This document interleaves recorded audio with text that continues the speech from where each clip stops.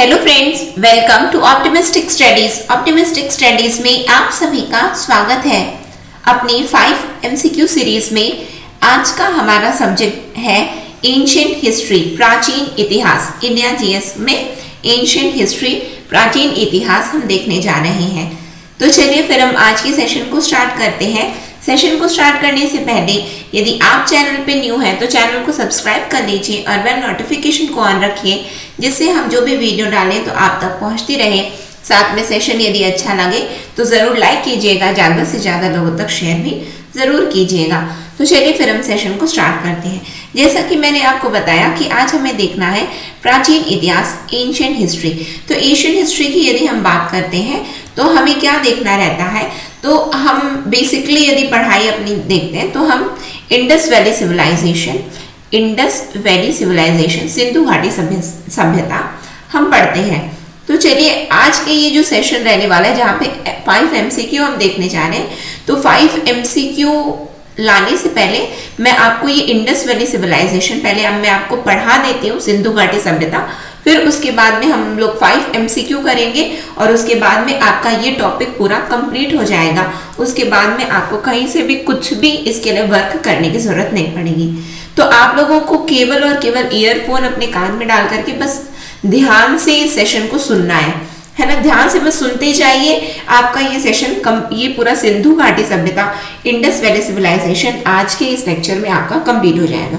सबसे पहले हम स्टार्ट करते हैं कि सिंधु घाटी सभ्यता को हम और किस नाम से जानते हैं। इसे हम हड़प्पा सभ्यता के नाम से भी जानते हैं। किस नाम से? हड़प्पा सभ्यता के नाम से भी जानते हैं, हड़प्पन सिविलाइजेशन के नाम से भी जानते हैं। साथ ही साथ इसे हम कांस्य युग के नाम से जानते हैं। किस नाम से? तो कांस्य युग के नाम से भी जानते हैं। Bronze age civilisation, bronze age civilisation के नाम से भी हम सिंधु घाटी सभ्यता, इंडस वैली सिविलाइजेशन को जानते हैं। तो ये एक क्वेश्चन हमारा कंप्लीट हो गया, जहाँ पे यदि पूछा जाता है कि और इसे किस नाम से जाना जाता है, तो इसे हड़प्पा सिविलाइजेशन भी बोलते हैं और इसे कांस्य युग भी बोलते हैं। क्लियर है? अब यदि हम सिंधु घाटी सभ्यता के मुख्य यदि पूछा जाता है कि इसके उत्तर, दक्षिण, पूर्व, पश्चिम में कौन कौन से स्थान आते हैं, सिंधु घाटी सभ्यता के मुख्य स्थान कौन से हैं, या फिर कौन सी इसके eastern most, western most, northern and southern most sites हैं इंडस वैली सिविलाइजेशन के, तो वो है, यदि हम बात करें ईस्टर्न मोस्ट साइड की, यानी कि पूर्वीय कौन सी ऐसा स्थल है जो कि सिंधु घाटी सभ्यता का फेमस है, तो पूर्व में आता है अलामगीरपुर। क्या आता है? अलामगीरपुर। ठीक है, अलामगीरपुर, जो कि कहाँ पे है, कहाँ पड़ता है? तो यह मेरठ, वेस्टर्न यूपी। कहाँ पड़ता है? तो मेरठ में पड़ता है। और मेरठ कहाँ है? तो पश्चिमी उत्तर प्रदेश में है। कहाँ है? पश्चिमी उत्तर प्रदेश में है। ठीक है, अलामगीरपुर हो गया ईस्टर्न मोस्ट। यदि हम वेस्टर्न मोस्ट की बात करें तो क्या आता है? सुतका गेंडूर। क्या आता है?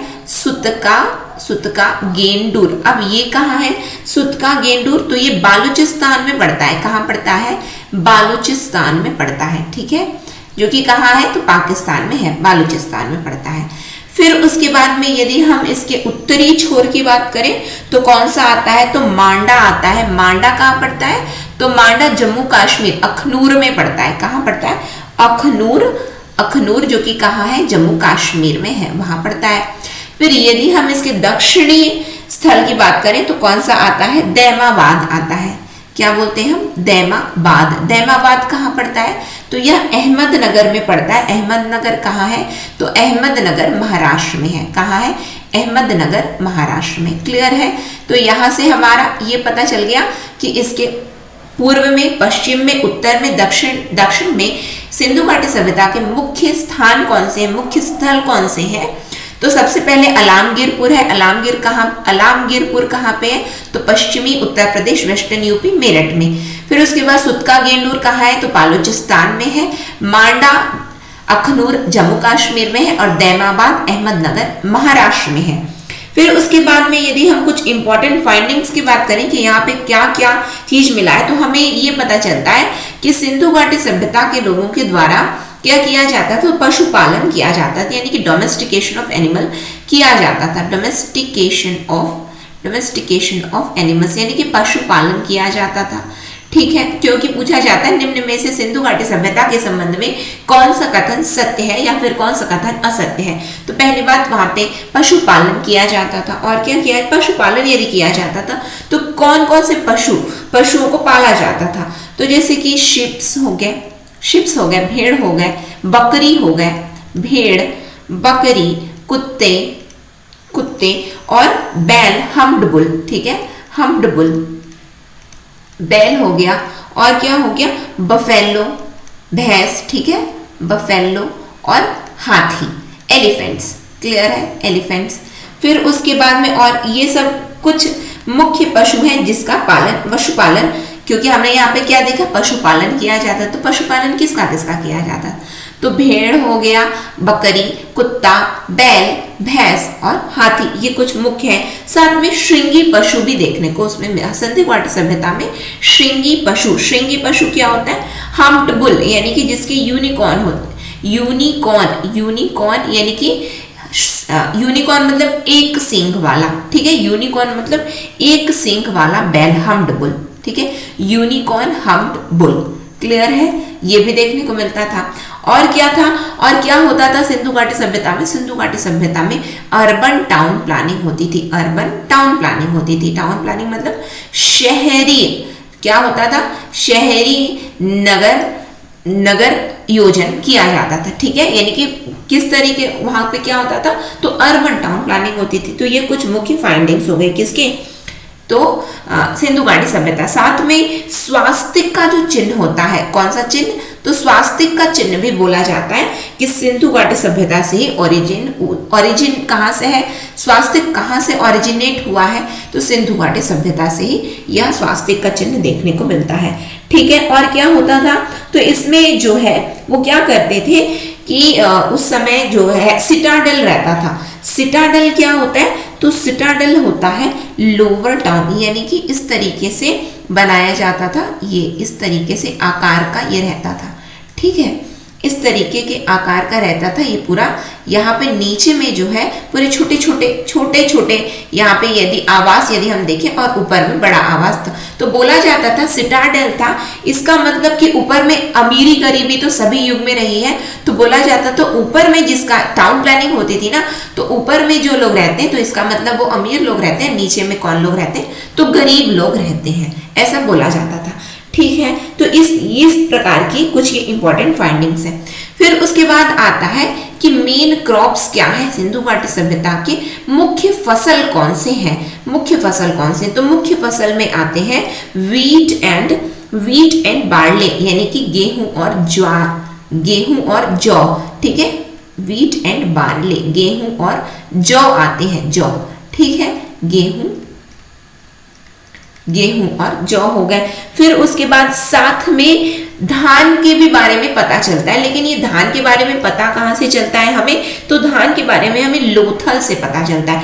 लोथल भी एक स्थान है सिंधु घाटी सभ्यता में, लोथल भी एक जो कि कहाँ है, तो यह गुजरात में है। कहाँ पे है, गुजरात में है लोथल। तो वहां से हमें धान के बारे में भी, धान का भी साक्ष्य मिलता है। उसके बाद में लोथल के साथ साथ रंगपुर में भी हमें, रंगपुर भी कहाँ है, तो रंगपुर गुजरात में ही है। तो वहां से भी हमें धान के बारे में साक्ष्य मिला है कि वहां पे यानी कि सिंधु घाटी सभ्यता के लोगों के द्वारा धान की खेती भी होती थी। और यदि मुख्य फसल की यदि हम बात करते तो मुख्य फसल तो उनका गेहूं और जौ हुआ करता था। क्लियर है। और यदि पूछा जाता है क्या धान के साक्ष्य मिलते हैं, तो हाँ बिल्कुल मिलते हैं। कहाँ से मिलते हैं, तो लोथल और रंगपुर से मिलते हैं, जो कि गुजरात में है। तो ये कुछ इंपॉर्टेंट पॉइंट्स रहा इसका।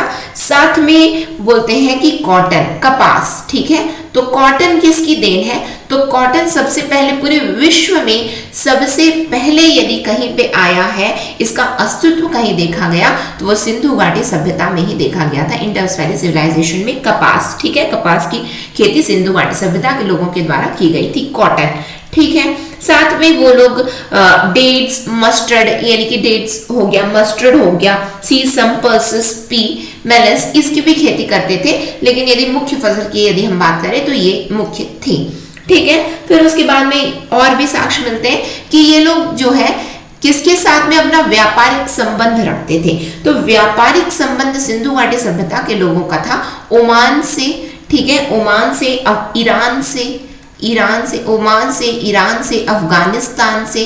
यदि आप वर्ल्ड मैप देख रहे हैं तो बिल्कुल रिलेट कर सकते हैं, ओमान से, ईरान से, अफगानिस्तान से, और खेतरी सौराष्ट्र से। कहां से? खेतरी से, खेतरी हो गया, सौराष्ट्र हो गया, सौराष्ट्र, और क्या हो गया? बालूचिस्तान, बालूचिस्तान।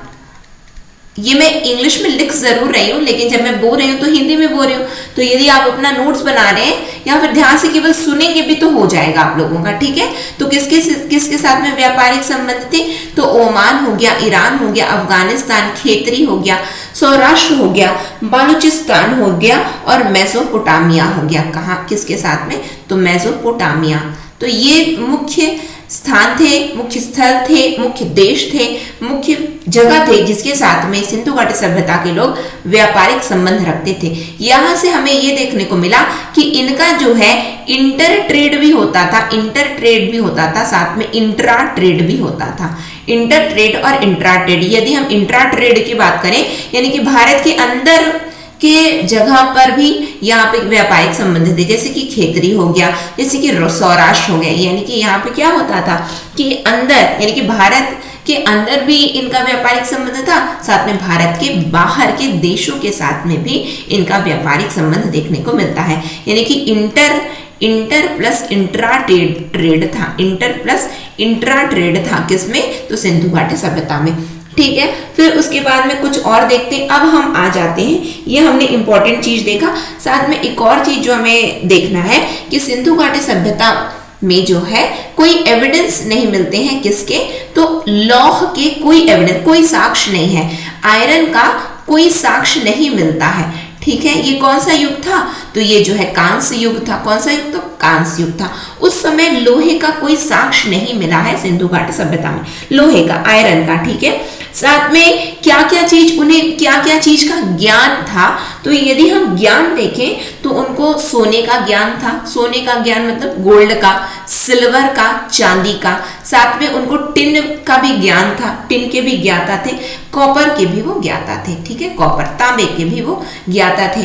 तो उनको जो है किसका किसका ज्ञान था? तो उनको गोल्ड हो गया, सिल्वर हो गया, टिन हो गया और कॉपर का उन्हें ज्ञान था। फिर उसके बाद में यदि हम बात करें कि कौन सा पशु, हमने ये सब इतने सारे पशु देख लिए ना कि भेड़ हो गया और गोट हो गया, डॉग हो गया, हम्ड बुल, बफेलो, एलिफेंट, ये तो मुख्य वो इन पशुओं का वो पालन करते थे, पशु पालन करते थे वो।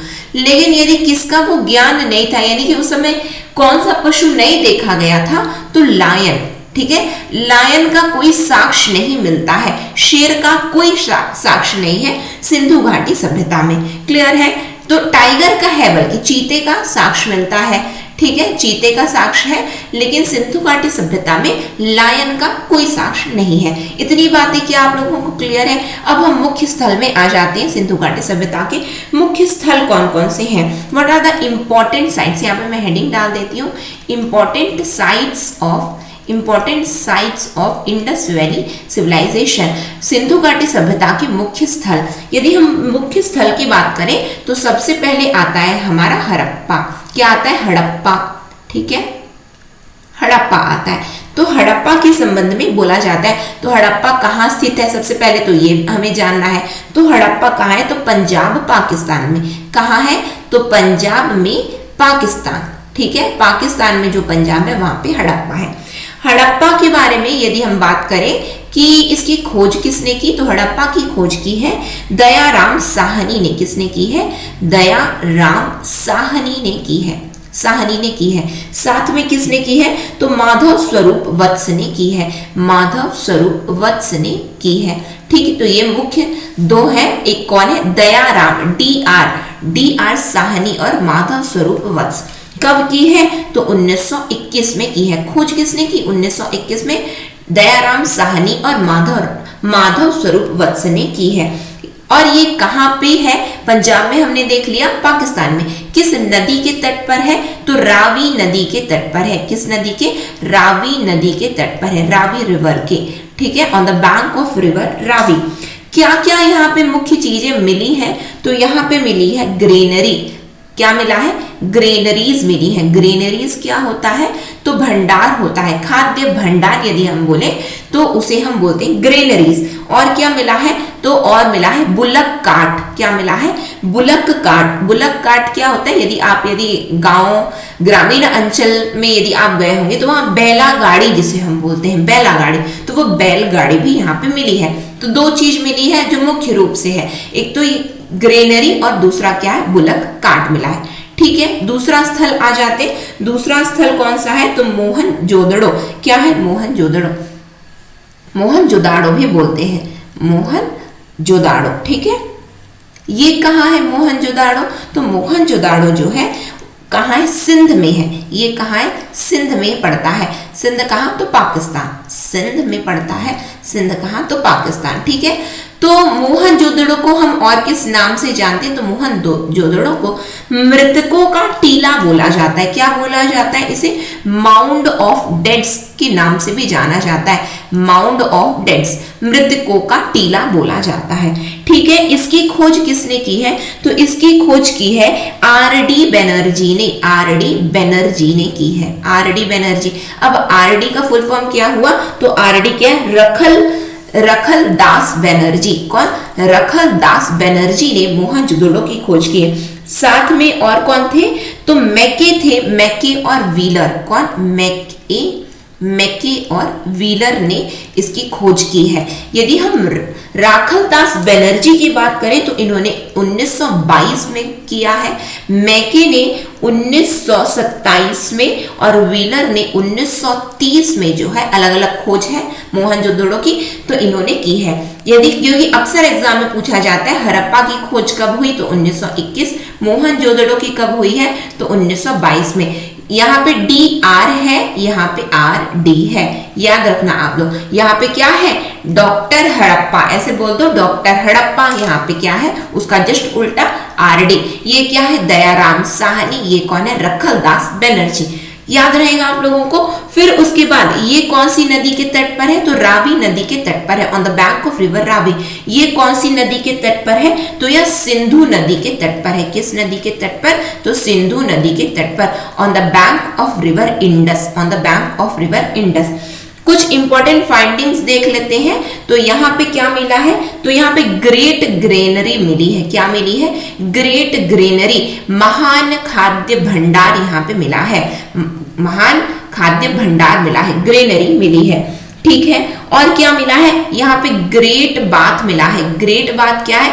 महान स्नानागार मिला है। ग्रेट बाथ, महान स्नानागार मिला है। ठीक है, जो मैं बोलती जा रही हूँ ध्यान से बस सुनते जाइए। महान खाद्य भंडार हो गया और ये महान स्नानागार हो गया, ग्रेट बाथ हो गया। साथ में पशुपति महादेव का सील मिला है, प्रोटोशिवा का सील मिला है। क्या मिला है? प्रोटोशिवा का सील मिला हुआ है। ठीक है, सील मिला है। प्रोटोशिवा कौन किस रूप में जाना गया कि ये प्रोटोशिवा क्या है? तो ये कोई नहीं, ये पशुपति महादेव है। कौन है?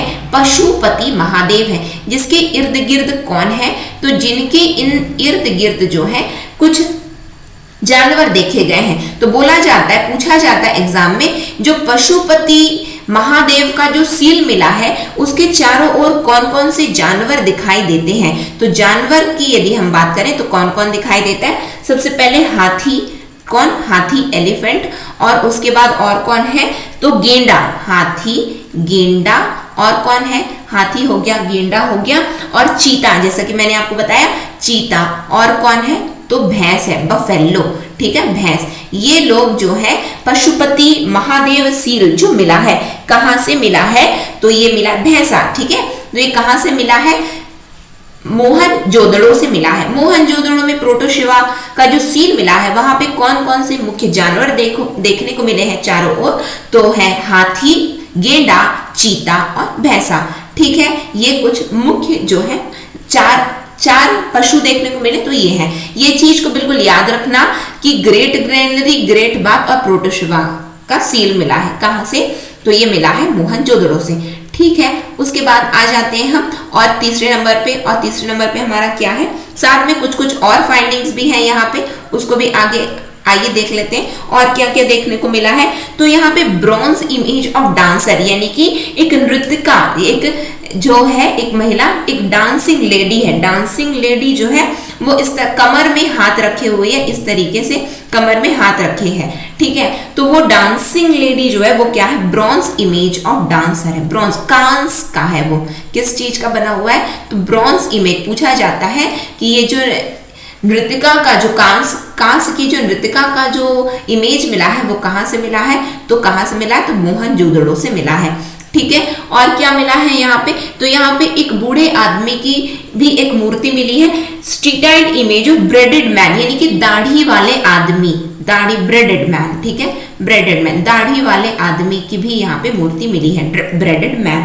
और क्या मिला है, तो ह्यूमन स्केलेटन भी मिले हैं, यानी कि बहुत सारे अस्थि पंजर जिसे हम बोलते हैं तो वो भी मिले हैं, स्केलेटन मिले हैं, ठीक है, स्केलेटन भी मिले हैं, खोज में स्केलेटन भी मिला है, ह्यूमन स्केलेटन, यानी कि अस्थि पंजर। अभी आप चलो याद करते हैं, ऐसे थोड़ी ना कि केवल लिख दिए और हो गया, याद करते हैं हम। मोहनजोदड़ो को क्या बोला जाता है, तो मोहनजोदड़ो को मृतकों का टीला बोला जाता है, माउंड ऑफ डेड्स के नाम से हम जानते हैं। आरडी खोज किसने की मोहनजोदड़ो की, तो आरडी बैनर्जी, रखलदास बैनर्जी ने, मैके ने और व्हीलर ने। आरडी बैनर्जी ने 1922 में की, मैके ने 1927 में की और व्हीलर ने 1930 में की। यह किस नदी के तट पर है, तो मोहनजोदड़ो सिंधु नदी के तट पर है, on the bank of river Indus. को यहाँ पे यदि हम बात करें कि क्या क्या हमारे इंपॉर्टेंट फाइंडिंग्स है मोहनजोदड़ो की, तो सबसे पहले बात आता है ग्रेट ग्रेनरी, महान खाद्य भंडार, ग्रेट बाथ, महान स्नानागार, प्रोटो शिवा का सील है जो कि पशुपति महादेव के रूप में जाना गया है, और उसके इर्द गिर्द 4 जानवर हैं, और वो 4 जानवर हैं हाथी, गेंडा, चीता और भैंसा। साथ में एक डांस करते हुए, नृत्य करते हुए एक लेडी की इमेज भी मिली है, जो कि क्या है, तो वो ब्रॉन्ज से बनी हुई है, कांस्य से बनी हुई है। साथ में एक बूढ़े आदमी की एक मूर्ति है, जो कि दाढ़ी वाले बूढ़े आदमी की मूर्ति, ब्रेडेड मैन की एक मूर्ति भी। साथ में अस्थि पंजर का भी साक्ष्य हमें मोहनजोदड़ो से मिला है। क्लियर है इतनी बात, ठीक है, भूलेंगे तो नहीं।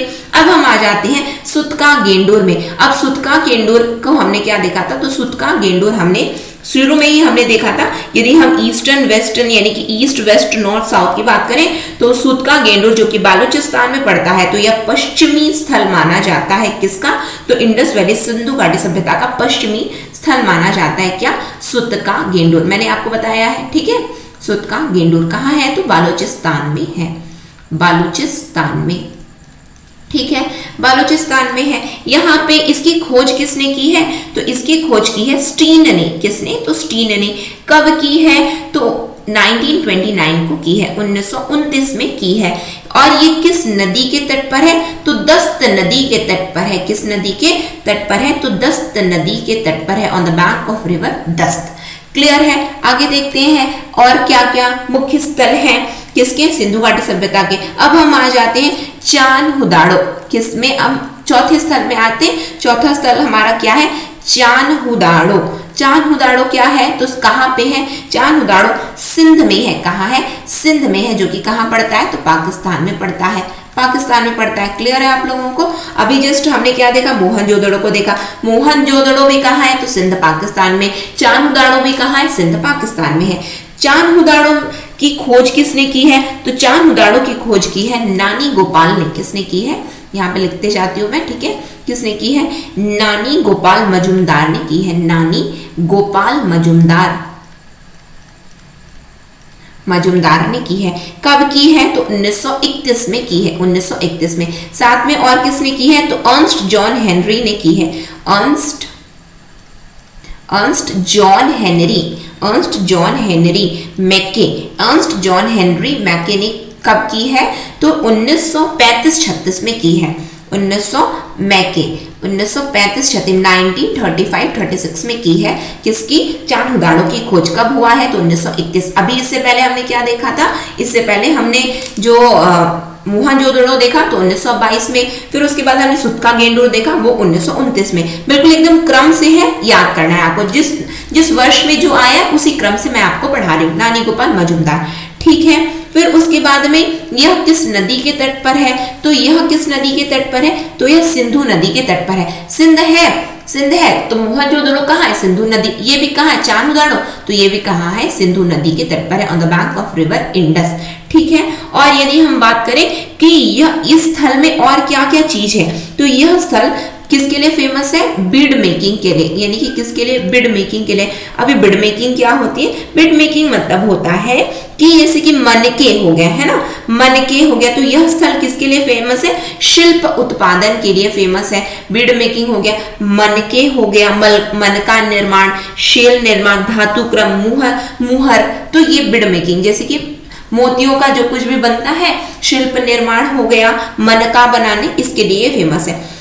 ये एक ऐसा प्लेस है जहां पे ओनली प्लेस विथआउट अ सिटाडल, ओनली प्लेस विथआउट अ सिटाडल, यानी कि यहाँ पे सिटाडल नहीं है। सिटाडल मैंने आपको बता दिया, ये सिटाडल में होता क्या था कि बोला जाता है कि ऊपर में कौन रहता है, अमीर लोग रहते हैं, नीचे में कौन रहता है, नीचे के घरों में गरीब लोग रहते, ऐसा माना गया था। सिटाडल वो आकार, जो आकृति मैंने आपको दिखाई थी वो है। तो ये एक ऐसा प्लेस है चान्होदारो जो कि जहाँ पे कोई सिटाडल नहीं है। एग्जाम में पूछा जाता है सिंधु घाटी सभ्यता का ऐसा कौन सा स्थान है जहाँ पे सिटाडल के हमें कोई भी साक्ष्य नहीं मिलते हैं, तो सिटाडल का साक्ष्य कहाँ नहीं मिलता है, तो सी फॉर सिटाडल, सी फॉर चान्होदारो, यहाँ पे कोई साक्ष्य नहीं है। फिर उसके बाद पांचवें में आ जाइए, पांचवा है हमारा कालीबंगन। कहाँ है, कालीबंगन, ठीक है, कालीबंगन। ये कालीबंगन कहाँ है, तो कालीबंगन राजस्थान में पड़ता है। कहाँ पड़ता है, राजस्थान में पड़ता है। राजस्थान के कहाँ, तो हनुमानगढ़ में। कहाँ, हनुमानगढ़ में पड़ता है कालीबंगन। ठीक है, तो ये स्थान, इसकी खोज कब हुई है, तो इस स्थान की खोज किसने की है, तो अमलानंद घोष ने, अमलानंद घोष ने की है। कब की है, तो 1953 में की है। कब हुआ है इसकी खोज, तो 1953 में, 53 में, ठीक है, 1953 में हुई है। यहाँ पे ये किस नदी के तट पर है, तो घाघर नदी के तट पर है। किस नदी के तट पर है, तो घाघर नदी के तट पर है। क्लियर है। कालीबंगन, कालीबंगन यदि ऐसा रिलेट कर दो कि अच्छे बैंगल कहाँ पे मिलते हैं, तो राजस्थान में मिलते हैं। हम देखते हैं ना कि आपने मूवी में या फिर टेलीविजन में आपने देखा होगा कि एकदम राजस्थानी जो चूड़ियां होती है एकदम पूरे यहाँ तक आती हैं, जो हमारे शोल्डर तक यहाँ तक आती हैं, ठीक है। तो यानी कि बस वहां से रिलेट कर देना, व्हाइट कलर की चूड़ियां होंगी, जो लोग क्या बोलते हैं, आपने डेफिनेटली देखा ही होगा। तो कालीबंगन, तो रिलेट क्या करना, बैंगल अच्छे कहाँ मिलते, चूड़ियां अच्छा कहाँ मिलते, तो राजस्थान में मिलती। बस ऐसे रिलेट कर दो, याद हो गया हमारा। और खोज किसने की, तो अमलानंद घोष ने की है। कब किया, तो 1953 में। किस नदी के तट पर है, तो घग्गर नदी के तट पर है। फिर उसके बाद छठवां स्थान यदि हम देखें तो आता है हमारा लोथल। लोथल को मैंने आपको क्या बताया था, तो लोथल को मैंने आपको बताया कि यह गुजरात में है। तो गुजरात के कहाँ पे, तो गुजरात के अहमदाबाद में है। कहाँ पे, गुजरात के अहमदाबाद में है। इसकी खोज कब हुई है, तो किसने की है, तो SR राव ने की है। SR राव ने की है। कब किया है, तो 1954 में किया है। ये वाला देखिए कब था, तो 1953 में था। ये कब हुआ है, तो 1954 में हुआ है। ये किस नदी के तट पर है, तो भोगवा नदी के तट पर है। किस नदी के तट पर, तो भोगवा नदी के तट पर है। ठीक है। फिर उसके बाद यह स्थान किस लिए जाना जाता है, तो ये डॉक यार्ड के लिए जाना जाता है। डॉक यार्ड, ठीक है, डॉक यार्ड यानी कि बंदरगाह के लिए यह स्थान लोथल बंदरगाह के लिए जाना जाता है। वो भी कौन सा बंदरगाह, तो कृत्रिम ईंटों से निर्मित, आर्टिफिशियल ब्रिक से निर्मित है। ये कंस्ट्रक्टेड बाय आर्टिफिशियल कृत्रिम ईंटों से निर्मित है ये। ठीक, तो ये क्या है, ऐसा बोला जाता है कि वहां के लोग ये जानते थे कि लहर को जानते थे, लहर के बारे में जानते थे, क्योंकि ये लोग जो बंदरगाह इन्होंने बनाया तो तट से थोड़ा दूर हट करके बनाया। तट से थोड़ा दूर हट करके बनाया। क्यों तट से दूर हट करके बनाया, कि उनको वो भी किससे, आर्टिफिशियल ब्रिक से निर्मित है, यानी कि कृत्रिम ईंटों से निर्मित है, बंदरगाह है। यानी कि वो उनको पता है कि सिल्ट जो है, यानी कि जो रेत है, कि पानी से ये जो है यदि हम बनाएंगे तो वो क्या हो जाएगा कि दिन प्रतिदिन वो कमजोर होता जाएगा। यानी कि उनको पता था कि लहर को जानते थे किस तरीके से क्या होता है, इसलिए उन्होंने थोड़ा तट से हट करके बनाया है। किसको, तो इस बंदरगाह को। तो ऐसा माना जाता है कि सिंधु घाटी सभ्यता के लोगों को पढ़ना आता था, they were doing the study of tidal movement, ठीक है, ऐसा बोला जाता है। फिर उसके बाद में लोथल जो एक और चीज के लिए फेमस है, पहले डी फॉर डॉकयार्ड हो गया, बंदरगाह हो गया, और डबल बरियल के लिए भी फेमस है। डबल बरियल होता था, डबल बरियल में क्या होता था कि दो लोगों को एक साथ दफन करने की जो प्रवृत्ति थी या फिर साक्ष्य, हमें एक साथ दो लोगों को दफन करना, कहाँ ये साक्ष्य मिलता है, तो बोला जाता है कि एक ही कब्र में दो लोगों के दफन करने के साक्ष्य मिले हैं, जो कि एक जो है मेल और दूसरा क्या है, फीमेल, ठीक है, यानी कि नर और मादा के दफन होने के साक्ष्य, एक ही कब्र में दफन होने के साक्ष्य। द्विदफन वाली यदि बात पूछी जाती है एग्जाम में कि किस स्थान पे इसके साक्ष्य मिलते हैं, तो लोथल में मिलते हैं। कहाँ मिलते हैं? लोथल में मिलते हैं। ये बिल्कुल एकदम इंपॉर्टेंट है, बिल्कुल याद करना है ना, कि बंदरगाह, कृत्रिम ईंटों से निर्मित बंदरगाह के साक्ष्य कहाँ मिलते हैं, तो लोथल में मिलते हैं। डबल बरियल कहाँ पे मिलता है, तो डबल बरियल लोथल में मिलता है। 7वें नंबर पे आ जाइए। 7वें में हम देखते हैं, क्या देखें, सुरकाटोडाडा। क्या? सुरकोटाडा। ये सुरकोटाडा कहाँ है? सुरकोटाडा में गुजरात में ही पड़ता है। कहाँ पड़ता है? तो गुजरात में पड़ता है। इसका जो है, इसकी खोज किसने की, तो जेपी जोशी ने की है। किसने की? जेपी जोशी ने की। कब की? तो 1964 में की है जेपी जोशी ने खोज। ये कहाँ पे है, तो रन ऑफ कच्छ, कच्छ की खाड़ी, रन ऑफ कच्छ है ना, वहां पे ये स्थान है, रन ऑफ कच्छ, ठीक है, at the head of run of Kutch में ये स्थान ये मिलता है, ठीक है, गुजरात में। ये वाला मैंने आपको क्या बताया, लोथल कहाँ, तो अहमदाबाद में, और ये सुरकोटाडा कहाँ है, तो रन ऑफ कच्छ में है। क्लियर है? अब उसके बाद में नेक्स्ट आ जाते हैं, ये क्वेश्चन आ गया। क्वेश्चन से पहले यहाँ पे मुझे कोई सा पेज मिटा देती हूँ या फिर यहाँ पे एडजस्ट करती हूँ, ठीक है। 8वें नंबर पे यदि हम बात करें तो ढोलावीरा आता है। तो ढोलावीरा कहाँ है, तो ढोलावीरा भी गुजरात में ही है, ठीक है, गुजरात में। ये इसकी खोज किसने की? जेपी जोशी ने की। तो ढोलावीरा की भी खोज किसने की है, तो जेपी जोशी ने ही की है। क्लियर है? जेपी जोशी ने की है। कब हुआ है? ये वाला 64 में किया गया, ये वाला 1967 में किया गया है, ठीक है। ये किस नदी के तट पर है, तो ये लूनी रिवर के तट पर, on the bank of river Luni नदी के तट पर है। ढोलावीरा लूनी नदी के तट पर है। क्लियर है? इतनी चीजें एकदम इसको डिमार्क कर देती हूँ, यानी कि अलग अलग कर देती हूँ, जिससे हमें समझ में आ जाए ये सभी चीजें, ठीक है।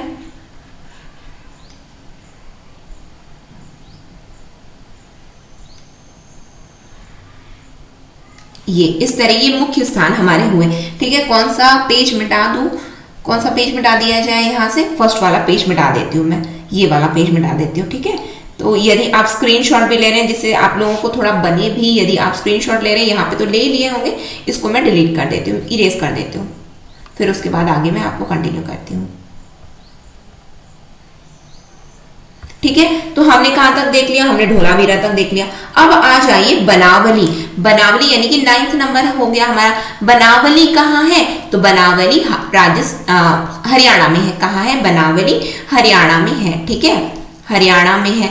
अब यहाँ पे क्या, किसने खोज किया है यहाँ पे, तो R.S. बिष्ट ने। किसने? R.S.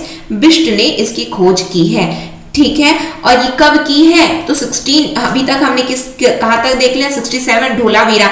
अब उसके बाद आ जाइए तो बनावली 1974 में इसकी खोज। पूरे क्रम से कौन सा स्थान पहले आया, यदि ये भी जमाने के लिए आ गया कि कौन से स्थान की पहले खोज की है, तो वो पूरा मैंने आपको सीरियल वाइज करवा दिया है, ठीक है। 1974 ये किस नदी के तट पर है, तो सरस्वती नदी के तट पर है, सरस्वती नदी के तट पर है, ठीक है। फिर उसके बाद में क्या है, यहाँ पे lack of systematic drainage system, यानी कि यहाँ पे सिंधु घाटी सभ्यता के लोगों के बारे में एक चीज बहुत ज्यादा प्रचलित है, और वो ये है कि जब वो अर्बन टाउन प्लानिंग करते थे, ठीक है, अर्बन टाउन प्लानिंग करते थे, तो उन लोगों को वो उनके यहाँ क्या करते थे वो अपने यहाँ, यानी कि बिल्कुल निकासी होती थी, पानी की निकासी होती थी, यानी कि जो रसोई में जो पानी यूज होता है, ठीक है, उसकी निकासी करनी तो उसके लिए अलग पाइप होती थी, और उसके बाद में जैसे कि नहाने में या फिर कपड़े धोने, ये सब में जो पानी होते तो उसकी अलग निकासी होती थी। तो ये सिस्टम उनको बहुत अच्छे से पता था, यानी कि ड्रेनेज सिस्टम उनका बहुत स्ट्रांग था,